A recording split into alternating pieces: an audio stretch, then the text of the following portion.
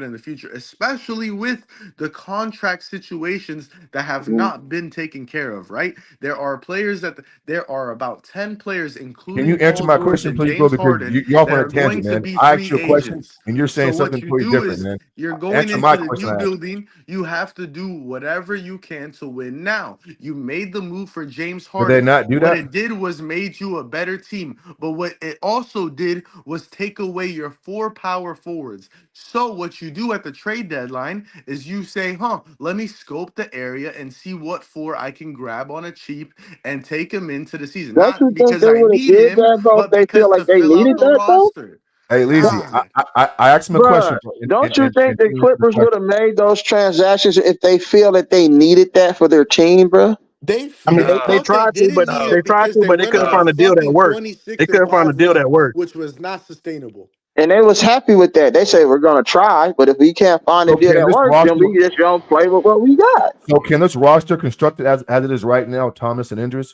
Can you guys win a championship with this roster? Yes. Then what are Okay. you We can talking win. about, Enough bro? said. We can win the Enough said, championship bro. Enough said. with or without. We can. Gotcha, This is bro. what he's Thank you, telling Thomas. y'all. This is what he's Thank you, telling Thomas. y'all. We can win the championship with or without Kai Jones or Ice. But your question was that he was breaking it. He was breaking it down to you. Your question was, okay, if you could pick a power forward, then you asked him a question. If he could pick one, you didn't ask yourself a question. You asked him a question. Well, he that's a gave you the question, answer. Okay. He gave you an answer that you asked him, and then you said, "Why do you believe that?" And he's telling you why he believes. So you're asking for the information No, that's that's what I given said. you. I asked him that question. Now, here's the thing. Here's the thing that y'all trying to play dumb on. Y'all act like y'all didn't come on this fucking Y'all panel. got excuses and shit. I ain't playing No, dumb. y'all been hold on. Y'all been on the panel for 12 months complaining. Listen.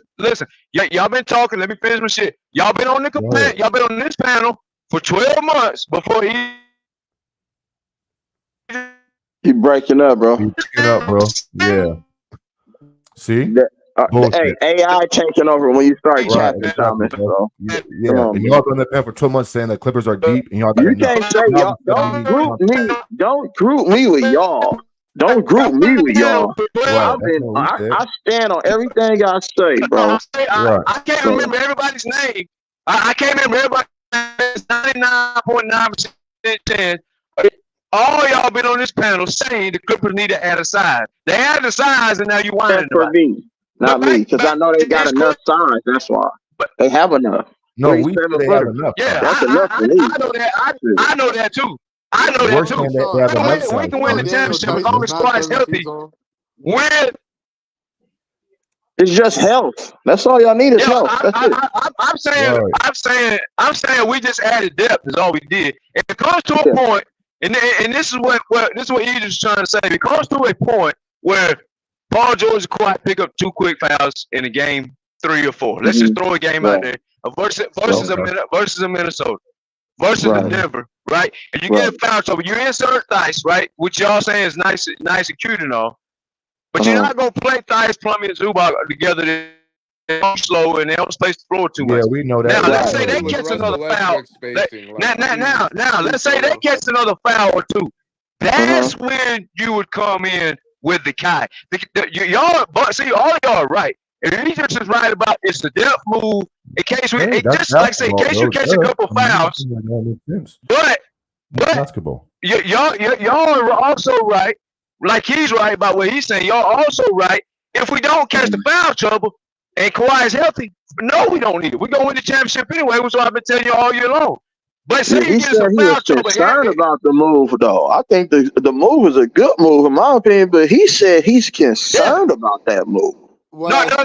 He likes the move. He's concerned about Kawhi's the Kawhi thing makes it interesting because he's concerned about Kawhi's health. Yesterday, it was a different talking point. That's what he's saying. Wow, that's what he wasn't concerned about the stuff. He said he's concerned that they made this move at the last minute. Like Elise said, you would have made this move a long time ago if you felt like you was 100% healthy and you didn't need nobody. Told me yesterday that Kawhi's resting. He's ready to go. Now today he's concerned about. He went from 100%. He went from 100% certainty to now that drop now. So he's having doubts about making that move right now in the season. That's what I'm saying. But I'm saying whether it was earlier in the season or late, I get what he's saying. But What I'm saying, that's a good move to make going into the playoffs. You're It adding is a good depth. move to make. You know what I'm It's just a saying? little bit So, weird timing. I agree, That's at least. it. I agree, at least. This is 2 times in a row, at least. Me and you have fucking agreed on the panel at the same time. That's just a rarity. So I agree. I agree, Elise. You're right. But y'all got to understand, he's right, and he was trying to explain to y'all why he's right. And here's the kicker. it's just a misunderstanding. If his knee has swelling in it, that also don't mean that they're not playing it safe by adding some more depth. If he stays healthy the whole time, then you don't need the depth. Right. But if he don't stay healthy, or he misses a game, if he misses a game or two, then you got depth in the background. So all y'all right. Y'all just need to listen to each other, hear each other out. Everybody said he was resting. Everybody said he was resting. Yeah, I didn't know he had swelling in the knee, bro. I thought they just classified it as that. What ifs? Yeah. I mean, but I think he'll be healthy, bro. He'll be healthy. I think he's building up the knee strength. That's what I think. You said what happened, Thomas? You said what? Yeah, I think they're boosting up the knee strength as they should, and go to because here's the thing, it don't matter. See, this is where people who watch Kawhi play his whole life. Clipper fans have only seen. See, that's why there's 2 different opinions on the panel, right?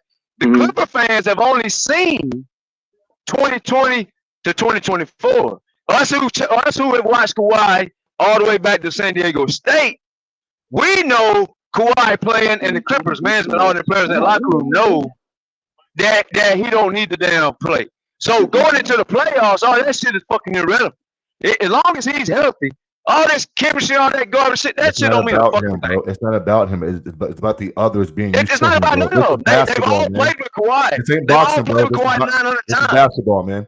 This ain't boxing. This is basketball. And it ain't gonna matter. If he's healthy, he's going to rule the playoffs, and the Clippers gonna win. Okay, cool. We got like 2 minutes. Kawhi, I'm not worried about Kawhi, bro. He gonna be easy though, bro. Why do you have to straighten his knee up, bro? Like, I mean, does that still kind of work? Because if he just plays basketball, isn't his knee getting used to playing basketball? I mean, I'm confused, man.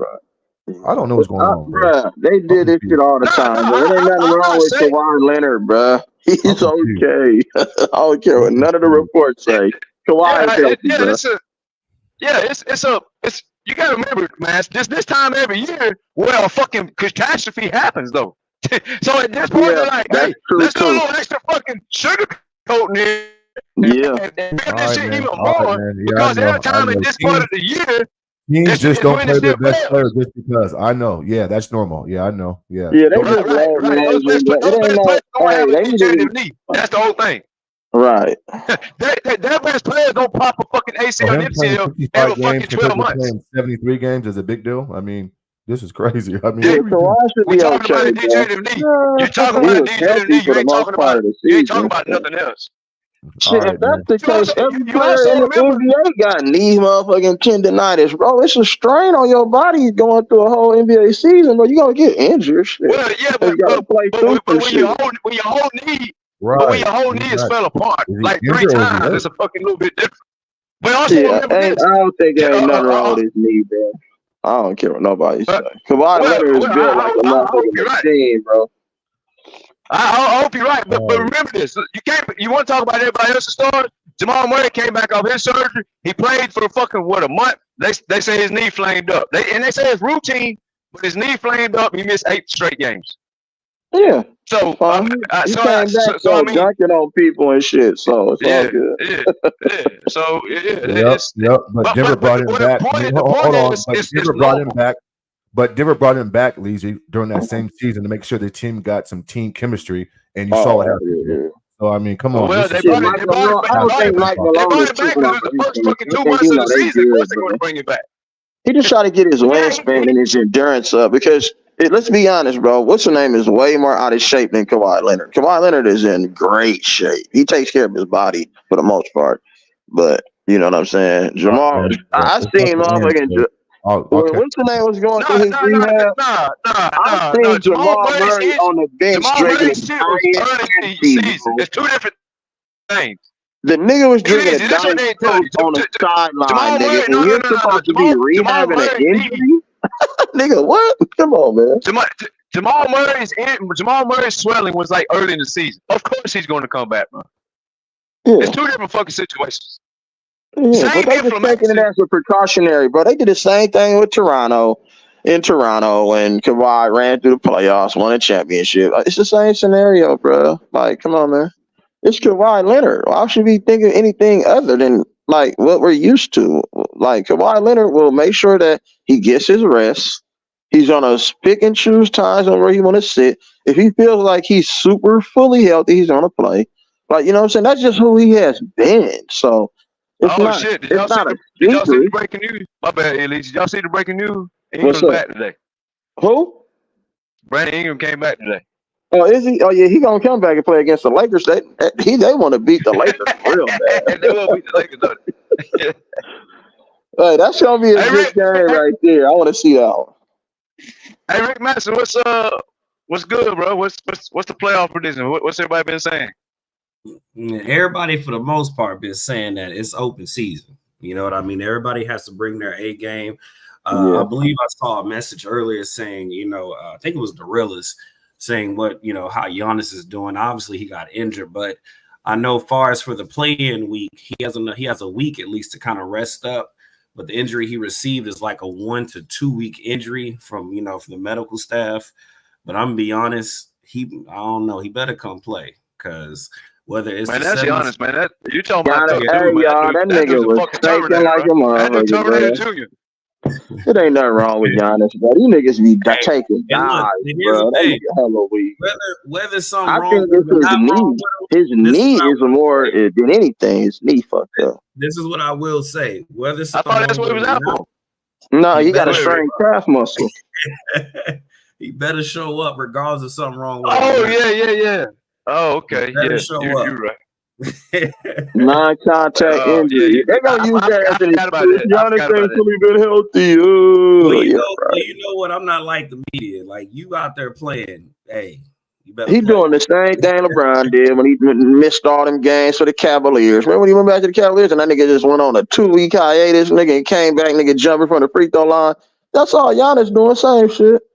Hey, man, look, whatever the case, he better show up. That's all I know. Because whether it's the 76ers or the Heat, we already know that he got his phone number. So he better show up. Yeah. Hey, is Dame Lillard playing today? Them niggas might not even get the second seed. New York win this game and they lose to Orlando. New York gets the second seed. That means Milwaukee will have to play Indiana, and Indiana got Milwaukee number. They play Milwaukee really good. They do. Matter of fact, Dame Lillard playing today? This season. I don't know. I didn't check that. He was a game time decision, I think. I got on the screen there, but yeah, every time the Pacers play them, I'm driving. Read that to me, Rick. Yeah. So let me go back to my big page here. He said it's Dame Lillard playing. Is Dame Lillard playing? I believe he is. Let me turn to it. Oh, I thought you said you had it on the screen, but I can't read it. He had the playoff matchups on the screen, the current playoff matchup. Okay. OG. The Knicks are tough matchup for everybody because of OG Anunoby. He's going to be playing. Giannis is going to be out for the playing week. He's going to be, so that gives him a week to rest. But they said the injury he got could be 1 to 2 weeks. But I'm basically saying, regardless, he better show up and play because the Bucks are gonna need everything they can with that non-defensive side that they don't have. So they're gonna need everybody. Indiana about to score 90 points in the first half, bro. Goodness gracious. Oh yeah, they ain't got Giannis. They can blow out. Yeah, that's what I'm saying. If I was the coach, I'd be like, yo, Giannis, I'm gonna need you to get shot in the leg with some shots, cause yeah, you call it. Hey, what was that movie? What was that movie, man? When they shoot up the players, was it Friday Night Lights? When they shoot the players up at halftime before the game and shit? Yeah, I think it was. Yeah. I'm telling you. You know what? But Thomas, like everybody was saying from the beginning of the show, for the most part, man, pretty much everybody agrees it's gonna be a fun ride this season because if you don't come ready, you pretty much can get put out. It's just point blank. Yeah, you got to play defense. Defense matters way more than what motherfuckers be trying to act like it don't. Defense is where it's at. And Dame Lillard don't have none of it, and that's my guy. And what you just said, Lillard ain't got none of it. I'm gonna tell you right now, if Giannis don't play this is gonna be a sweep or a gentleman's sweep. And that's that scary. offense should only take you so far. If you ain't getting no stops, you ain't winning. Man, I don't know. I told Rick. Well, a lot of people, not just the Bucks. The fucking Denver should have done it. Easy. Dame Lillard is playing. He's playing. Dame Lillard playing. I told the Bucks. Man, the Bucks should have traded fucking Milton when he got OG and over. Man, I don't know what the fuck they was thinking. If you got Giannis, Lopez, OG over there, shit, and you got Patrick Beverly. If you didn't want to throw in a defensive guard, you throw Beverly out there and put Dame out there with the 4 defenders. Like, shit, they covered that shit. I mean, fucking Golden State covered up Curry for fucking 7, 8 years, won 4 titles. So you can cover the shit up, you know? Yeah. For sure. But to Curry's credit, though, if y'all watch Curry defense closely, bro, but him just being undersized, he plays angles well, and he can compete on defense. He ain't gonna get no recognition. But y'all gotta watch how he play defense. He be holding his own, though. I'm gonna keep that 100 with you. Hey, did New Orleans but he still gets targeted though. Did New Orleans choose which pick they're gonna take of the Lakers yet? Did they choose if they're gonna take 24, 25 yet? Who? New Orleans, did they choose which first round pick they're gonna take of the Lakers? Did they choose if they're gonna pick 24, 25 yet? No, how does that work? I'm not sure. What's the stipulation on that? Yeah, they can pick. They can choose either to take they pick this year or next year. So if New Orleans beats the Lakers and they miss the playoffs, that means they get a lottery pick, so they can swap the pick this year with them. So that means they won't. Yeah, I'm not. I don't know. That haven't came out yet. They haven't came out. No, they haven't chosen. Yeah, obviously. Yeah, they haven't chosen. Hold on. I think I know what you're talking about. They just did that. I think they just did it the other day, didn't they? Oh, did they? I don't know. Look back on it. I think. No, I don't know what happened, but I read about that situation just like 2 days ago. Yeah, because I'm saying that's probably why they bring it in back, because if they can knock the Lakers down to the 10th seed and the Lakers lose, that's a lottery pick for them. They can get a lottery pick for that. They get a lottery? Yeah, because you know if you don't make the playoffs, that you become a lottery team. Wow. I read something on Klay Thompson. I need you to verify or not verify. What's that? So they said, y'all, was the report saying that Klay Thompson is back playing good? So like he's helped y'all play better lately? Is that true? Or somebody talking shit the other? No, yeah. Yeah, Klay Thompson been excellent for us these last month. Ever since he's been demoted to the bench, Klay Thompson has turned into a different player. His defense is still suspect, though. You said what? Y'all kept him on the bench, or y'all put him back in the start? No, he's been due to the fact that Jonathan Kuminga got injured, and then Andrew Wiggins sat out a game, and Draymond might have sat out a game. He's been inserted back into the starting lineup, but it's all situational. So sometimes it doesn't matter what happens. He can start or he can come off the bench. So we've been juggling him starting and coming off the bench, and he's been still playing the same way. So we really don't lose anything there. We can start him or he can come off the bench. Are y'all going to help me out and send Mr. HGH and EPO? Y'all going to send him home in the first game? We're going to send him home in the first game?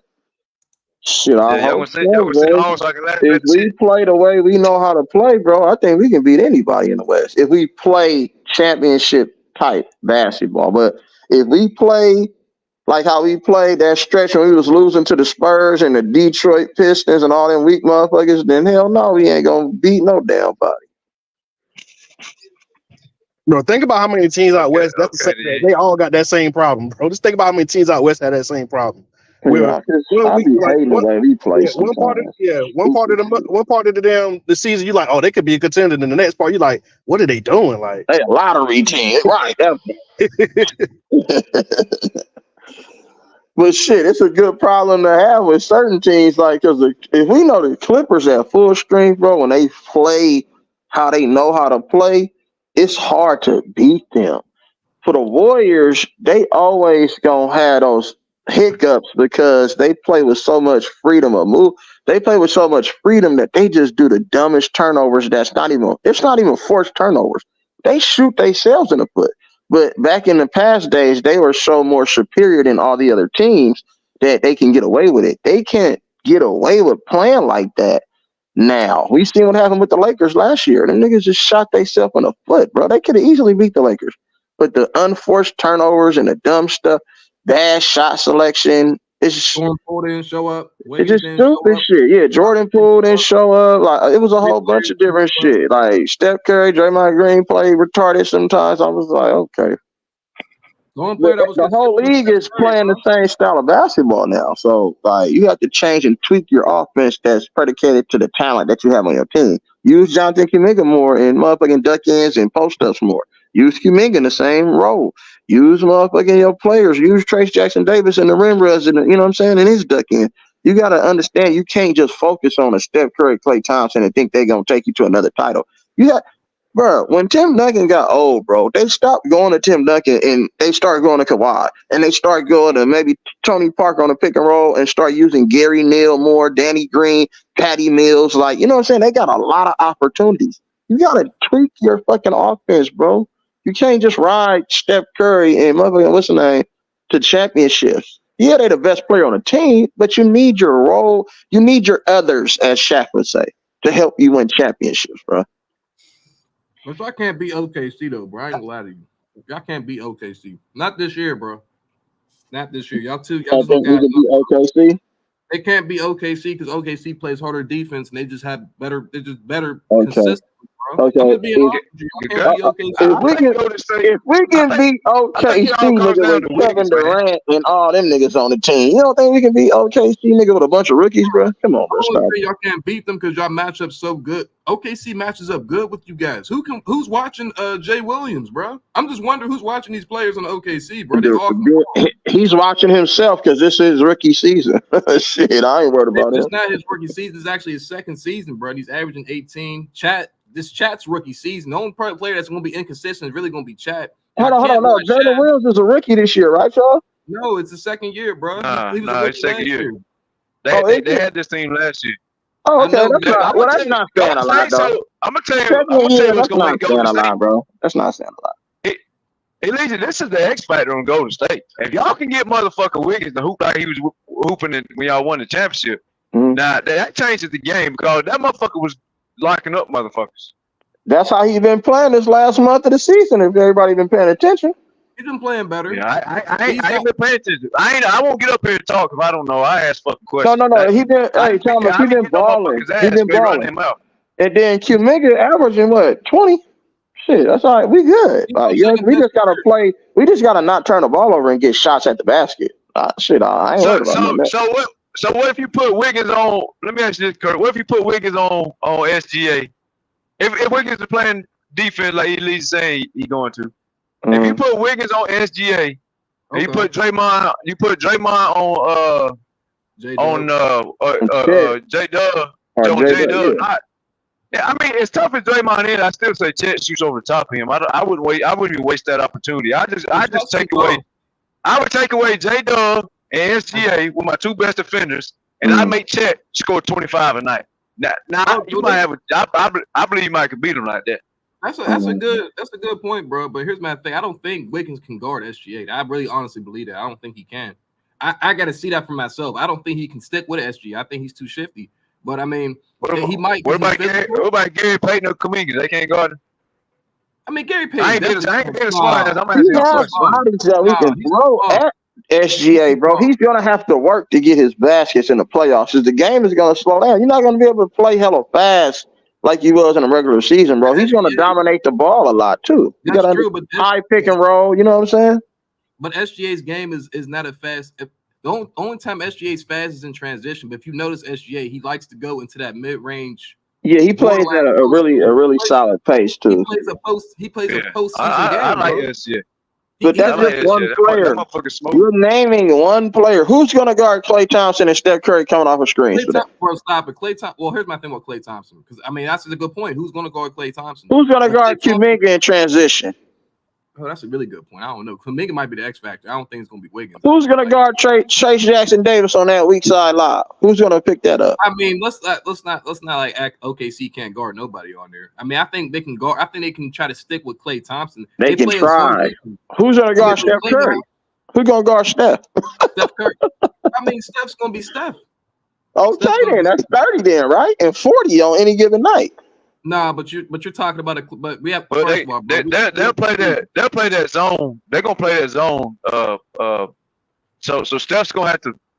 Oh, you play a zone against the Warriors, you're done. Steph's gonna have to do a lot of damn work on offense, I think, because don't play no zone. Because that zone is like, first of all, they're gonna take Chet and camp him out, right? Okay, so he's gonna be in the paint, so there ain't gonna be no rim runs. We know that. And then Draymond's gonna, he may be exposed a little bit on that Westbrook shit, like leaving him open, I guess. I actually trust Draymond under pressure with like 2 minutes to go in the game, though. Well, a lot of people don't give Draymond credit. That motherfucker, he'll hit the fucking shot. He might be 3 for 13. Did y'all see what he did against the Lakers? Did y'all see what Draymond did against the Lakers the other night? He hit 5 and 6 threes. So yeah, let's not get it twisted. I'm saying under the gun with the game online. I'm one of the very few that actually trust Draymond.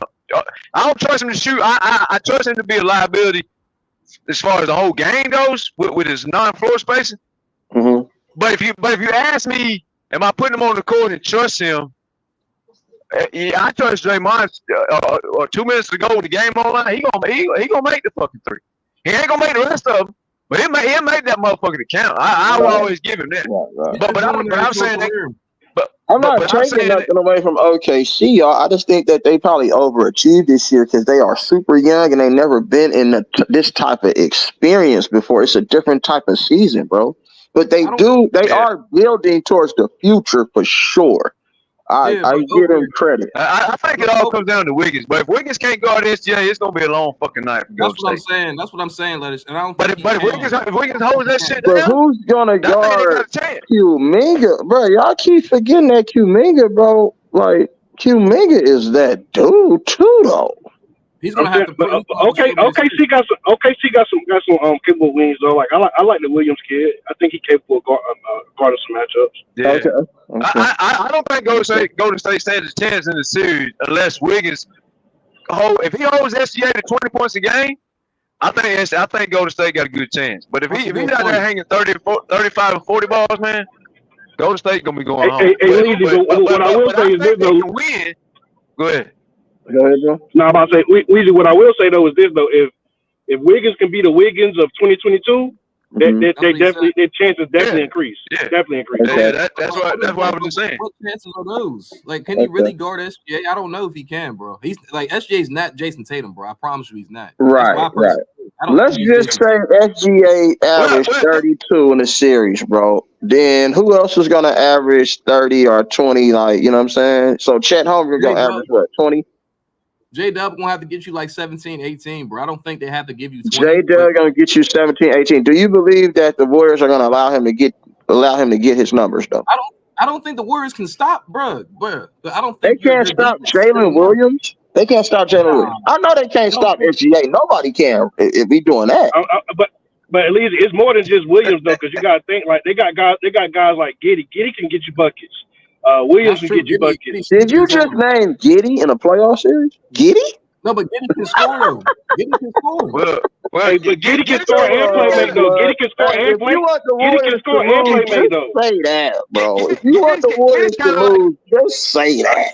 Hold on. Giddey's kind of like Draymond. Giddey, he cannot shoot at all. Giddey is just gonna try to get his teammates involved. He's not breaking a post up. He's got skill though. He got skill, but he don't have enough skill for us though. That shit ain't gonna work with us. Have y'all watched the games this season? Giddey ain't did shit all season against us.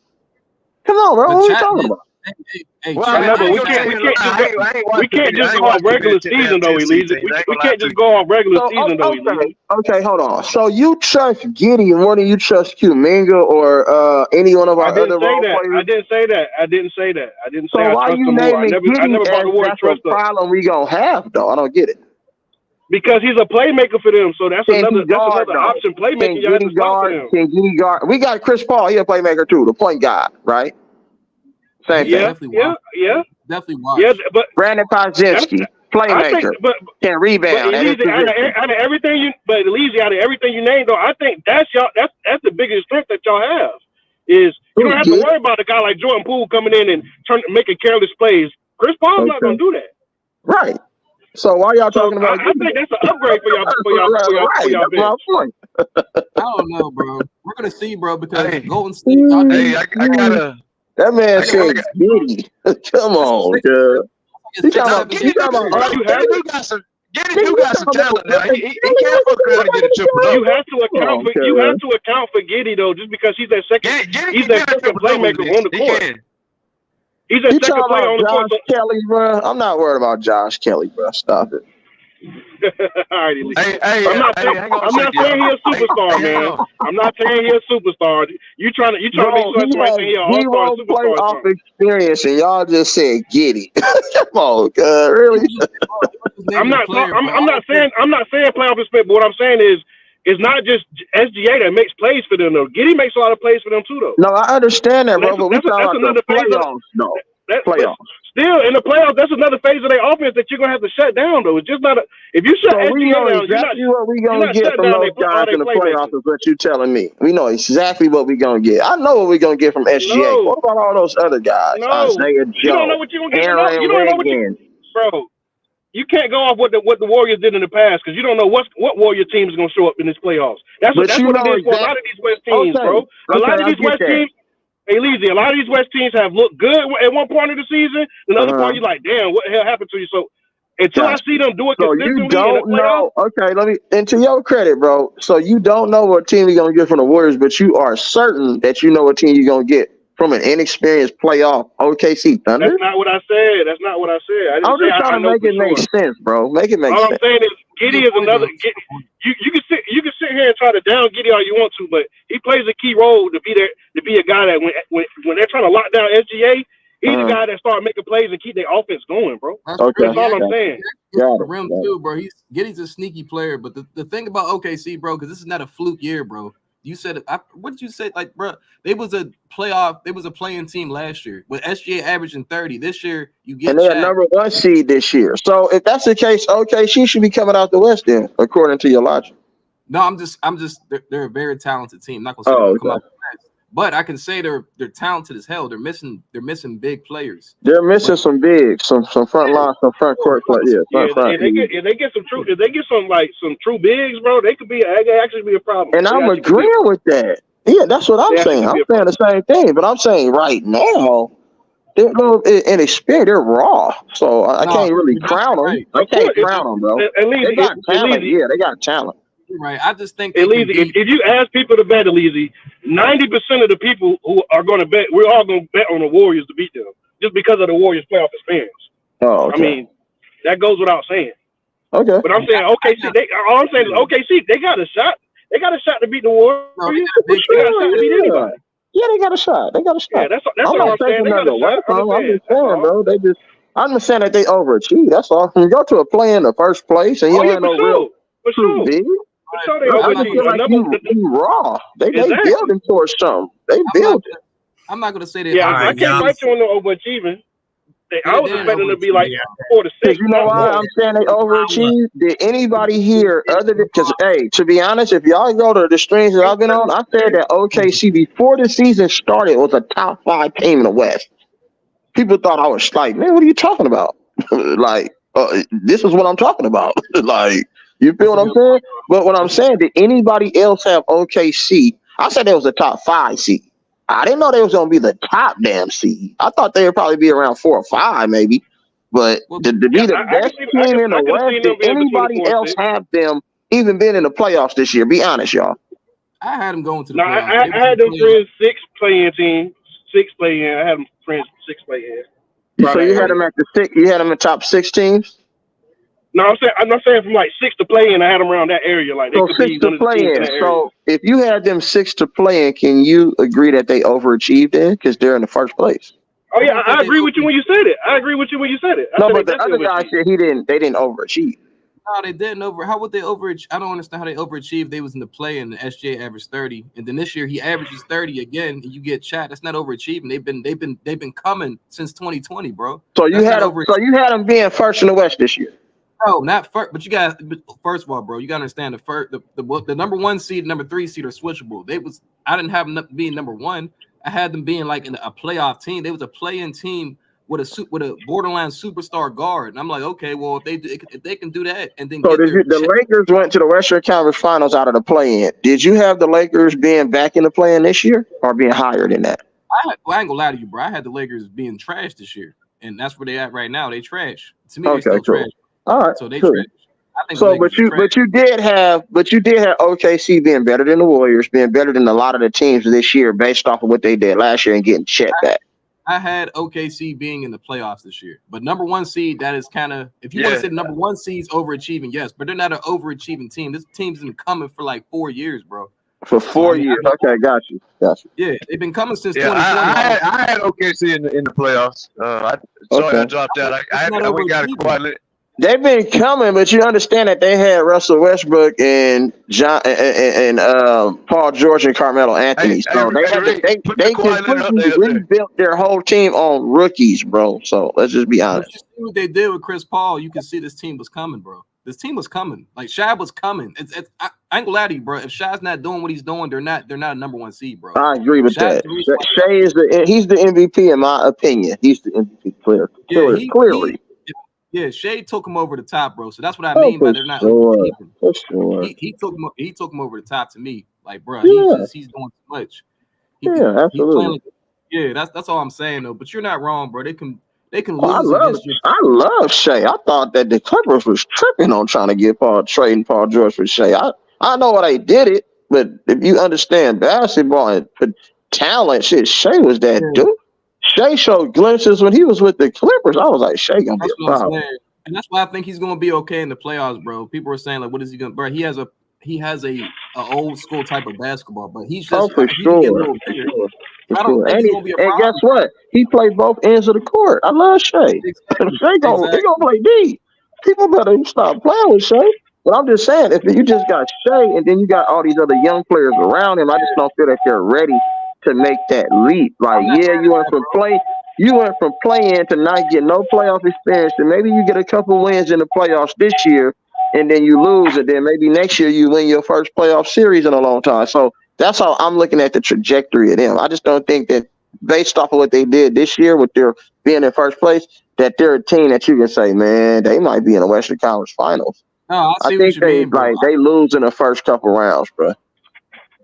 I'm not mad at that, bro. I think, to me, my prediction was second round, and I'm not gonna lie, they can go to the Western Conference Finals. That's a possibility. I'm not saying they are going to. That's in the talent of what they have, but that's rare. That doesn't happen all the time. So it's like they would have to actually like be locked in, but they can definitely take advantage of a weaker Golden State. They can take advantage of a no defense Suns. They could take advantage of what's the other team? I'm not gonna say Lakers is the only team that, like I said, they can't really beat, because Lakers, that's a weird matchup, bro.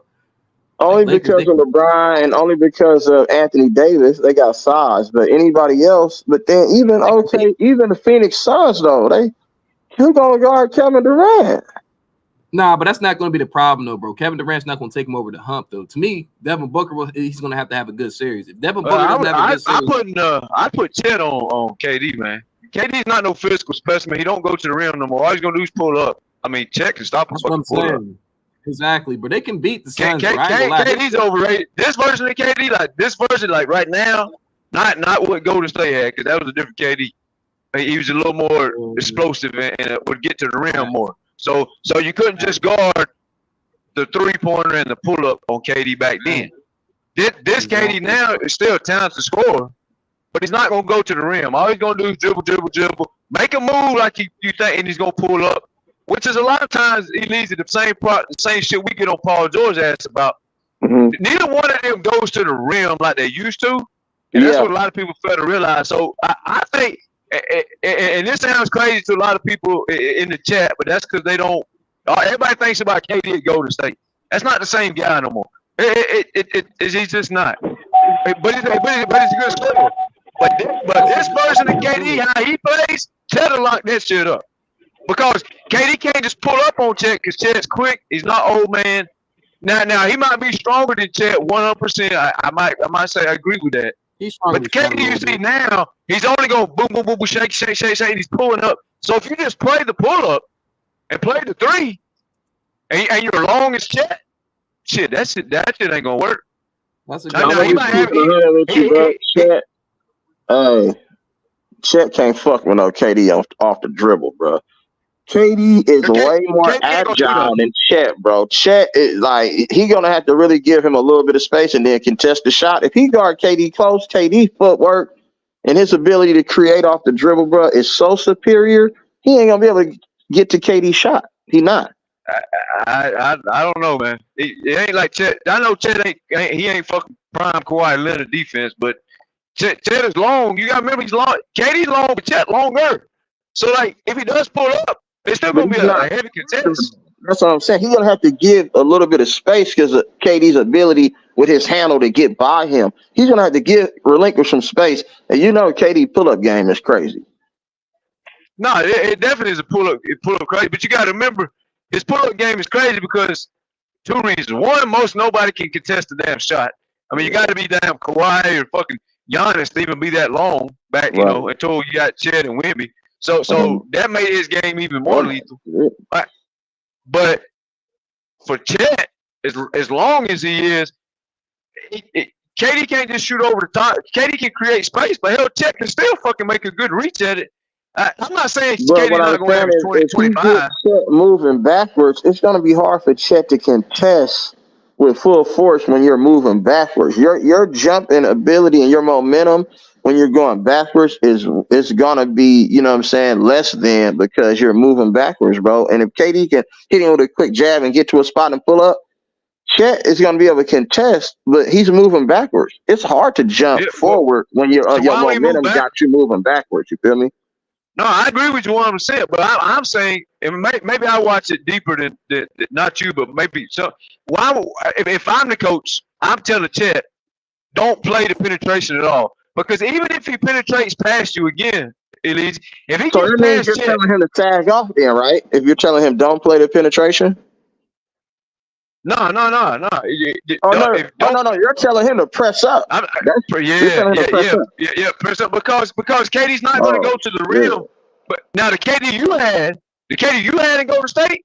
Now he was a get to the rim or pull up guy. So you're right. You didn't know which way to go. Right. But and this is my scout report. Yeah, somebody else might have a different scout report. Me, I'm not playing this penetration game because if he penetrates, I feel like Chet still can make a run and a jump and still contest that. I'm not saying he's gonna keep KD to 3 points. Don't get me wrong. So when hold a balance of open mindedness here when I'm talking. KD's not gonna hold KD to 10 points. That's not what I'm saying. But in today's NBA rule book, it's different. When you say lock up now, that means holding 20 points.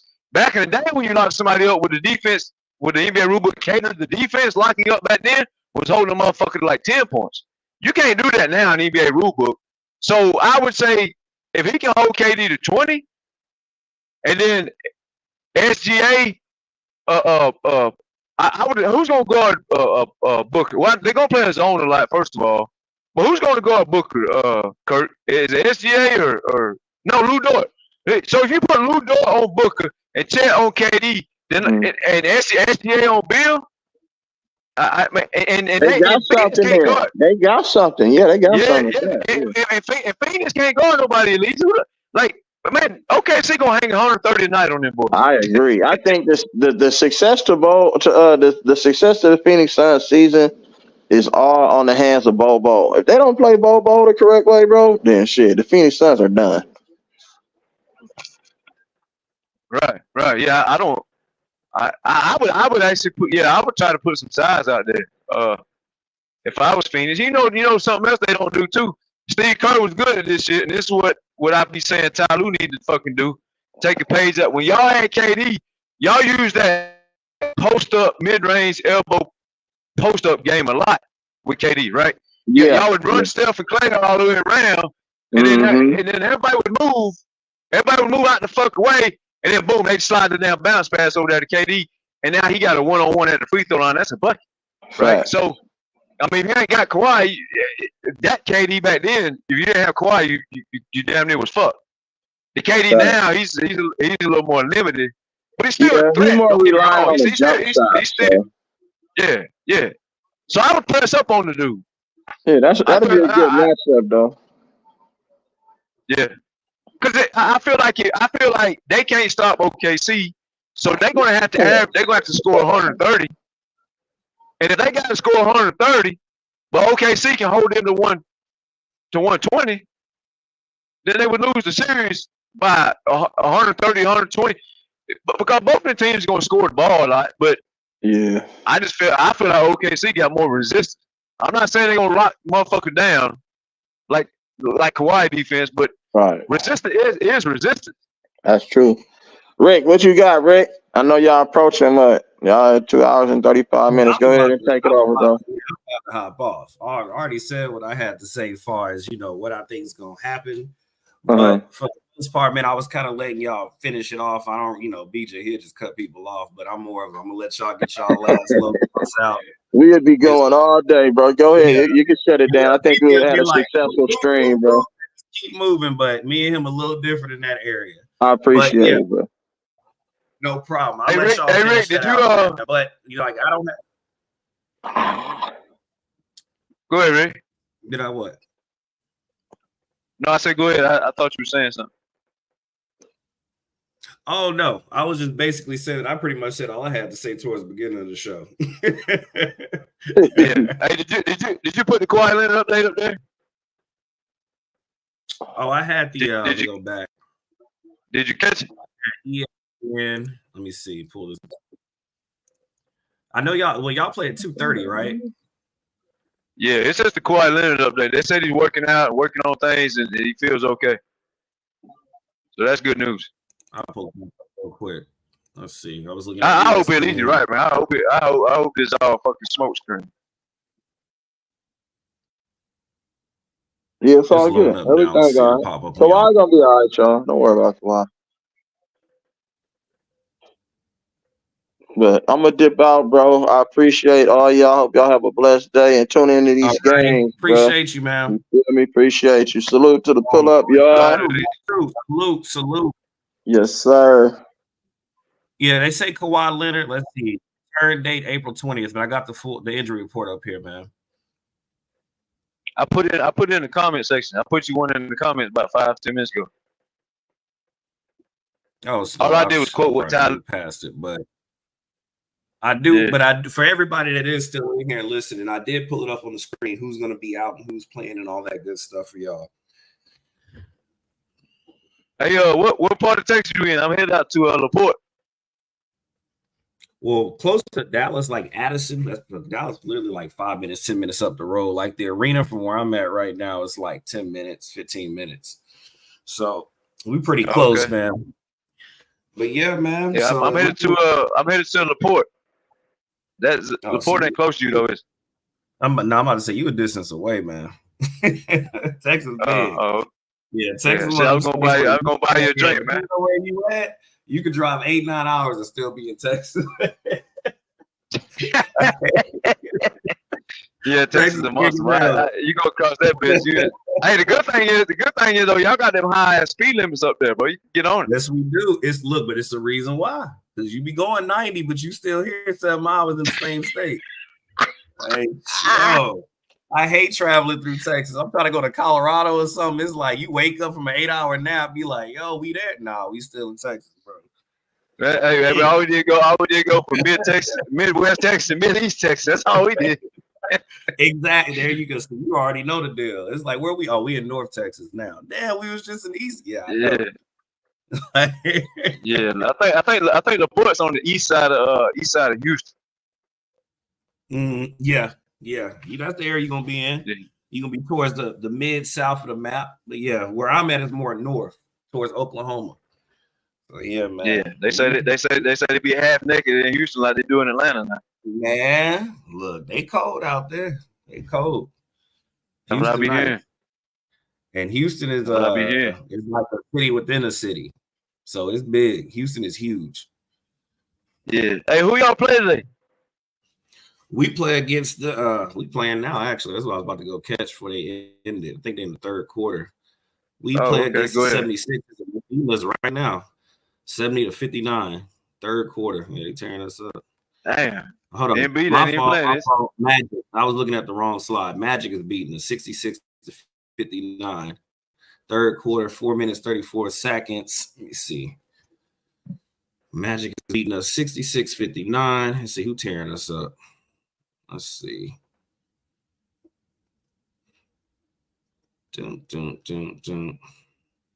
Middleton got how many points? 11. Porter got 17. Brooks got 11. Lillard got 11. How many shots he missed, though? That's what I care about.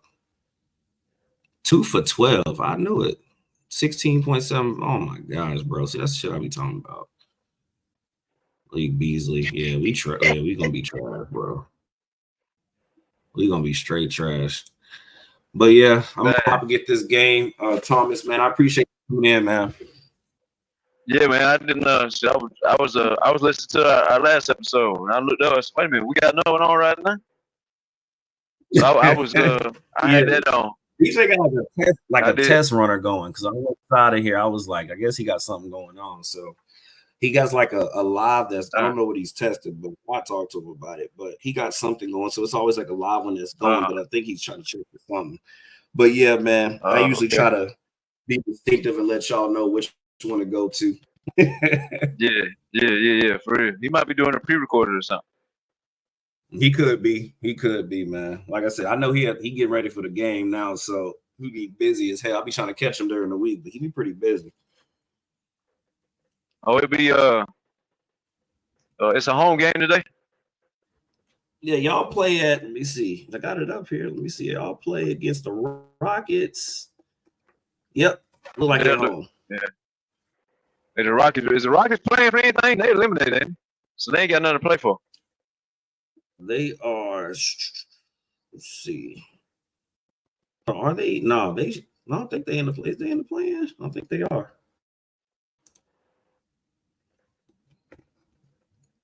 So I got all this stuff. Let me see. All right, Rick, handle your business, and I root for the Bucks today, even though I predicted the Knicks to be the top 3 seed.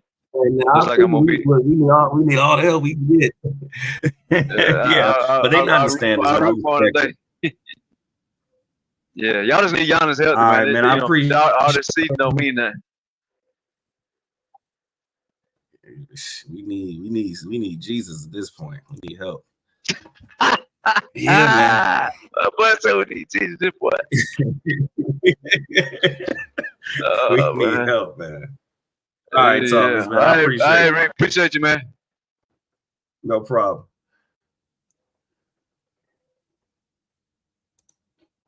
All right, y'all, man. Wonderful show. Usually I run through everything, but I make this one quick. Like I said, 2 hours, 43 minutes, man. I wanted y'all to kind of talk. Haven't seen you guys in about 2 weeks. Like I said, the first week I got a new career, man, working for the state. So that was a long week. And then the second week, the internet was tripping. So I didn't want to give y'all a crappy show where y'all couldn't hear or see anything. So I wanted to make sure y'all can kind of get it in. So we at that 2 hour, 43 minute mark, but I hope y'all had a good time. Obviously, guys, I miss y'all. I love when y'all come in here. But, yo, really the biggest thing, man, is just make sure we always hitting that like button, man. You know what I'm saying? The more we get out there, the more y'all like it, the more it goes to that algorithm, more people can see us, man. So we can bring more people in here, new faces, so y'all can argue them to death. Because that's one thing I love about this crowd, this base that we got, man. Y'all some knowledgeable people. You know what I'm saying? I love and appreciate all y'all. Y'all come in, whether it's the new people or people like Thomas and Bruce and Andre, people who've been here for a while, y'all all come with good perspectives of the game, and I respect all of it. I truly do. So make sure y'all keep coming in and liking and hitting that like button. I think the highest we got to today was like 70-something views. So like I said, let's make sure that like button matches that, man. But all in all, man, y'all know me. I appreciate y'all's time. I appreciate everything y'all do for the podcast. So, yo, man, pull up a seat, pull up a chair, pull up. Y'all already know the deal, man. We'll catch you next time. And oh yeah, Ken and the Realist, you know what I'm saying? The Realist came and Ken and said, place a bet. Y'all can go back through the live and check that out. But pretty much whatever Ken wants to bet, whether he bet $10, the Realist said he'll double that. So it'll be 20, 50, 100. He'll double it. So, hey, I know everybody who was on and heard that part. We remember that. Like I said, we'll be back here next week to see what Ken's going to do, what he going to place, or if he's going to place a bet. But either way, just remember that, y'all. But, yo, man, y'all be safe out there. Love your friends, love your enemies, love your family. Most importantly, love yourself, man. Y'all have a good one. Peace. I'm feeling good, feeling all right tonight. I'm feeling good now. Yeah, it's all good in the neighborhood, homie. Yeah, living right. I feel good, I feel alright. Cruising through my neighborhood on a warm summer night. I feel good. That's right, I feel good now. Summer night.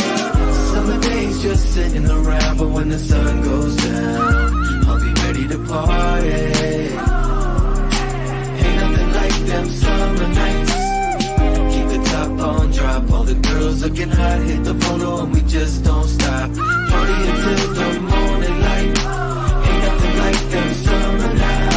I just kicked it at home. I polished up the chrome, called the Ruka on the phone, let her know I'm home alone. It's 7:30 and the sun's going down. It's a summer night and the fun's going down. I pick her up and she looks all dolled up, sitting passenger in my rag and Paula. Yeah, I let her know that she looks beautiful to me. The world's an ugly place, but she is such a sight to see. The kind of woman that would put up a fight for me. The kind that wants to spend the summer nights with me. The temp was 80 and I'm cruising with my lady, playing some Rafi Bagan. Ooh, baby, baby. I see my homeboys and the cruising in the ride, with their ladies sitting by their side. People think we look crazy, but I think we look classy. But then again, that's only if you ask me. Summer days just sitting around, but when the sun goes down, I'll be ready to party. Ain't nothing like them summer nights. Keep the top on drop, all the girls looking hot, hit the photo and we just don't stop. Party until the morning light. Ain't nothing like them summer nights. My homeboys throwing the backyard boogie, so everybody gets together to unwind, relax, and have a fun time. The DJ spinning, so I grab the mic and be like, ain't nothing like them summer nights. The party's packed with beautiful women and the gang of the homies that wanna get with them. And they'll say anything just to hit them. And it's usually a nice summer night when they did them. I don't know, it must be something in the air. Can't help but have a good time because the feeling is there. To some people, the feeling is rare. They're at the past saying, God damn, I wish I was there. To have a drink, have a token, hook up with someone fine, but the kind that looks up. Gotta keep some pisto in the cup. Party until the sun comes up, but we give up. Summer days just sitting around, but when the sun goes down, I'll be ready to party. Ain't nothing like them summer nights.